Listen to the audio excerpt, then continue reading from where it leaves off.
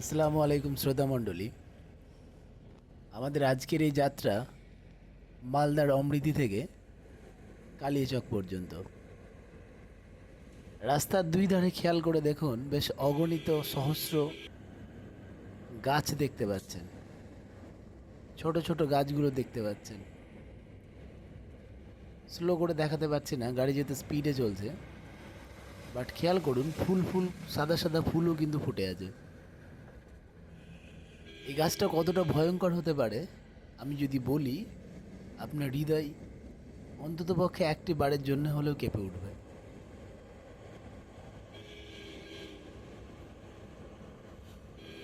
যে গাছগুলোকে দেখতে পাচ্ছেন, এই গাছগুলি সচরাচর যে নামে আমাদের কাছে পরিচিত, তা হলো পার্থেনিয়াম। এবার দেখুন, একটু আগেই জাস্ট সেই পার্থেনিয়ামের গাছগুলোকে আমরা অতিক্রম করে আসলাম, দিয়ে আবার একটা জনবসতি এলাকাতে ঢুকে পড়েছি, অর্থাৎ যেখানে অনেক মানুষের বসবাস।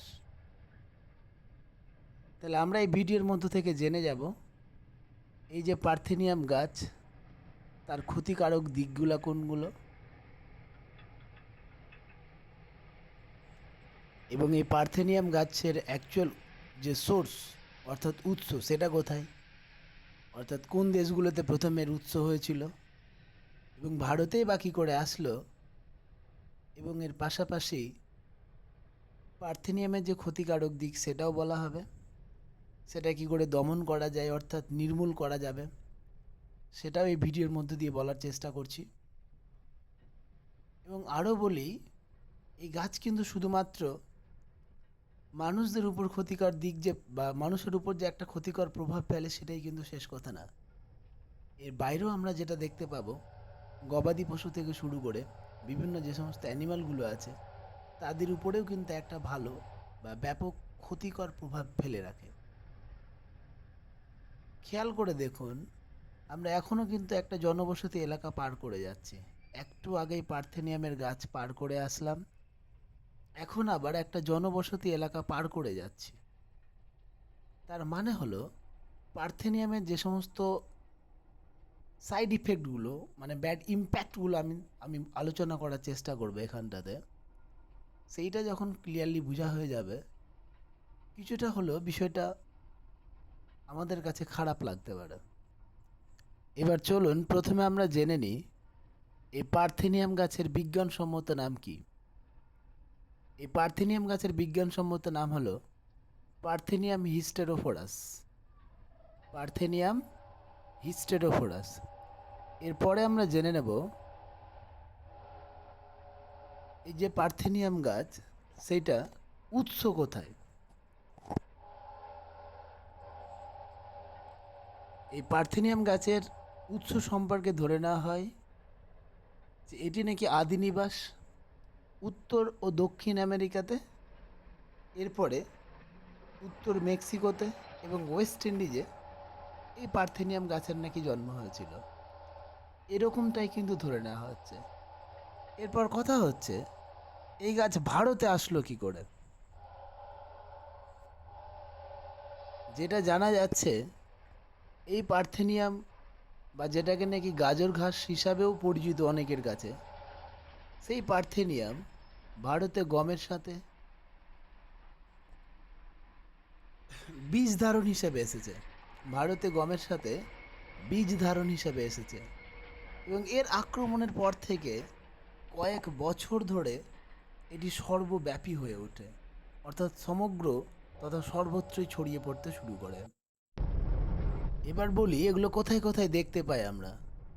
বিশেষ করলে খেয়াল করলে দেখতে পাবো রাস্তার দুধারে কিংবা বাড়ির আনাচে কানাচে প্রায়ই কিন্তু এই গাছগুলোকে দেখা যায়। এই গাছগুলো আবার গাজর গাছের মতোই কিন্তু দেখতে লাগে। প্রথমত এগুলো ঝাঁকড়া হয়ে ওঠে, এবং এই গাছগুলোতে যখন সাদা সাদা ছোট ছোট ফুল ফুটে থাকে তখন বেশ ভালোই লাগে। তবে চিকিৎসক এবং পরিবেশবিদদের মতে এই পার্থেনিয়াম গাছ খুব খুব খুব বিষাক্তকর। কিন্তু যে টাইমটাতে ফুল ফুটলে এই পার্থেনিয়াম গাছকে দেখতে প্রচুর সুন্দর লাগে, একই সাথে যদি আমি বলি এই সুন্দর লাগার সময়টাই তথা ফুল ফোটার মুহূর্তটাই আবার পার্থেনিয়াম গাছ মানুষ ও গবাদি পশুর জন্য এক ভয়ঙ্কর বা মারাত্মক ক্ষতিকর হয়ে দাঁড়ায়। এখানেই শেষ কথা না। এই পার্থেনিয়াম গাছ যেখানে খুঁজে পাওয়া যাবে, যদি দেখা যায় যে কৃষি জমিতে খুঁজে পাওয়া গেছে বা কৃষি জমির আশেপাশে খুঁজে পাওয়া গেছে বা গজিয়ে উঠেছে, বেড়ে উঠেছে, তাহলে এমনটাও নাকি দেখা গেছে, যেটা গবেষণাতে বলা হয় যে সেই জমিতে ফসলের গুণগত মান ও পরিমাণ কমতে থাকে। সুতরাং এই জায়গাগুলো কিন্তু কোথাও না কোথাও আমাদের খেয়াল করতে হবে। এর বাইরে বিভিন্ন চিকিৎসকগণ আবার এরকমও তথ্য দিয়ে থাকেন যে এই যে ফুলগুলা, সাদা সাদা ফুলগুলো আছে, এই ফুলের যে রেণুগুলো আছে, সেই রেণুগুলো আবার বাতাসে ছড়িয়ে পড়ে, শ্বাস প্রশ্বাসের মাধ্যমে আবার মানুষের ফুসফুসে গিয়ে পৌঁছাতে পারে। শুধু মানুষ না, যে কোনো জীবের ফুসফুসে পৌঁছাতে পারে, যা থেকে আবার নাকি জন্ম নিতে পারে শ্বাসকষ্ট হতে পারে, চর্মরোগ হতে পারে, অ্যালার্জি হতে পারে, হাঁপানির মতো রোগ হতে পারে। এর বাইরেও অনেকে এটাও ধারণা করে থাকে যে এই অসুখ থেকে আবার ক্যান্সার পর্যন্ত গড়িয়ে যেতে পারে, যেটা কিনা বর্তমানে আমাদের কাছে একটা মারাত্মক ব্যাধি, যেটা কিউরেবল না মোটামুটি বলতে গেলে আজকের ডেটে। সেই রকম একটা অসুখ পর্যন্ত ঘটে যেতে পারে বা হতে পারে মানুষকে। সুতরাং এই জিনিসগুলো খেয়াল করতে হবে। আরও যদি বলি এর ক্ষতিকরের ব্যাপারে, বিভিন্ন রিপোর্ট থেকে বিভিন্ন তথ্য দেওয়ার চেষ্টা করছে। অন্য আর একটা রিপোর্ট এরকম দেখাচ্ছে যে মানুষ যখন নাকি আগাছার সম্মুখীন হয়, তখন এটি নাকি বমি বমি ভাব, একজিমা, ব্রঙ্কাইটিস এবং চোখের চারপাশে কালো দাগ পড়ে যাওয়া, এর বাইরেও ফোসকা এবং ত্বক লাল হয়ে যেতে পারে। এরকমই কিন্তু বিভিন্ন তত্ত্ব বিভিন্ন গবেষণা থেকে উঠে আসছে। আবার বিভিন্ন তথ্য থেকে এটা উঠে আসছে যে পার্থেনিয়াম গাছ অনেকটাই নাকি ভেষজ। তথা বলা হয় যে এই যে পার্থেনিয়াম গাছ, তাতে নাকি বহু উপকারিতাও লুকিয়ে আছে। যেমন অনেকের মতে বাতজনিত ব্যথা, ম্যালেরিয়া এবং স্নায়ুতন্ত্রেরও নাকি প্রতিকার হয়ে থাকে। যদিও এই তথ্যটাকে অনেকে নাকচ করেছেন।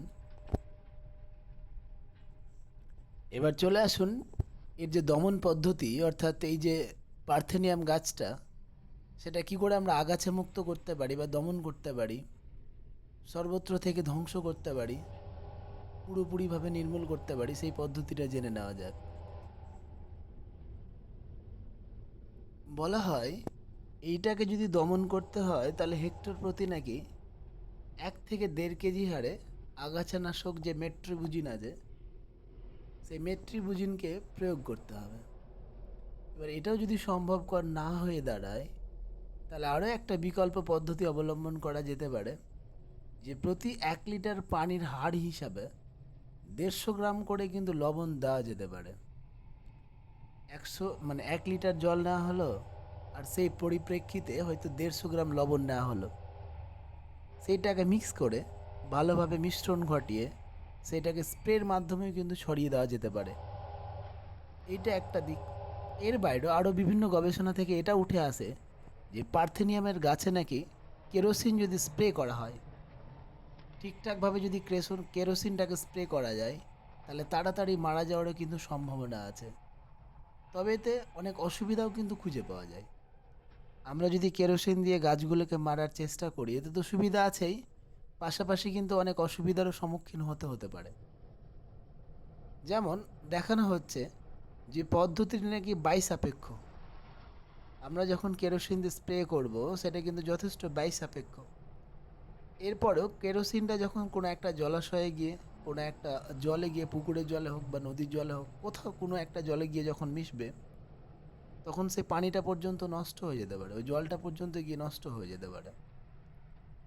তাই একটা বুদ্ধি করা বেস্ট হচ্ছে কোনটা, যেটা একটু আগেই বললাম, যে যদি আমরা কি করতে পারি, জলের সাথে লবণটাকে মিশিয়ে নিতে পারি, সেইটাই বরং অনেকটাই ফলপ্রসূ হতে পারে এবং অনেকটা ব্যয় সাপেক্ষ থেকে কমে আসতে পারে।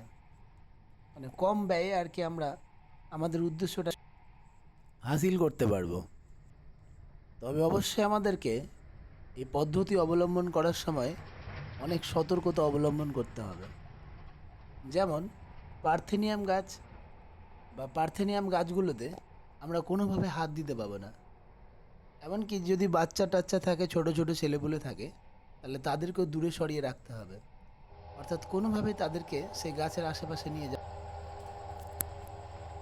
এছাড়াও আমাদের যে সব সতর্কতা অবলম্বন করতে হবে, যেমন মুখে মাস্ক পরতে হবে, হাতে গ্লাভস লাগাতে হবে, এর বাইরেও ফুল হাতা জামা পরে নিতে হবে, তার পাশাপাশি একটা ফুল প্যান্ট পরে নিতে হবে, এবং পরে তা ঠিকঠাকভাবে যেন পরিষ্কার করা হয় সেটাও খেয়াল রাখতে হবে। অর্থাৎ সেই যে সমস্ত পোশাকগুলো আমরা পরবো সেগুলোতে হয়তো কোনো স্প্রে লেগে আছে, সেগুলো কিন্তু কোনোভাবে আর আমাদের স্পর্শের কাছাকাছি নিয়ে আসা যাবে না। আরও একটা জিনিস মাথায় রাখতে হবে, যে সমস্ত পোশাক আশাকগুলো আবার সুন্দর করে